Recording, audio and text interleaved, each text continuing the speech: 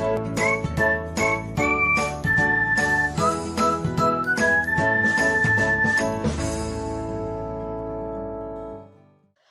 everyone, welcome back to another episode of Technologyglance.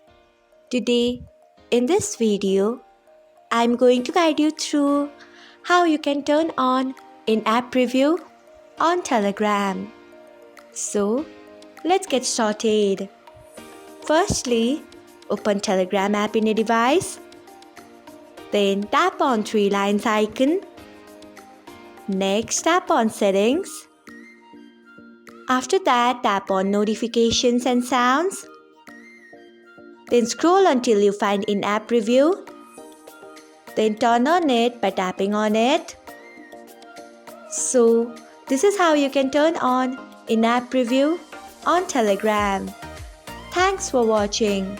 If you found this guide helpful, we would love it if you hit the thumbs up button below.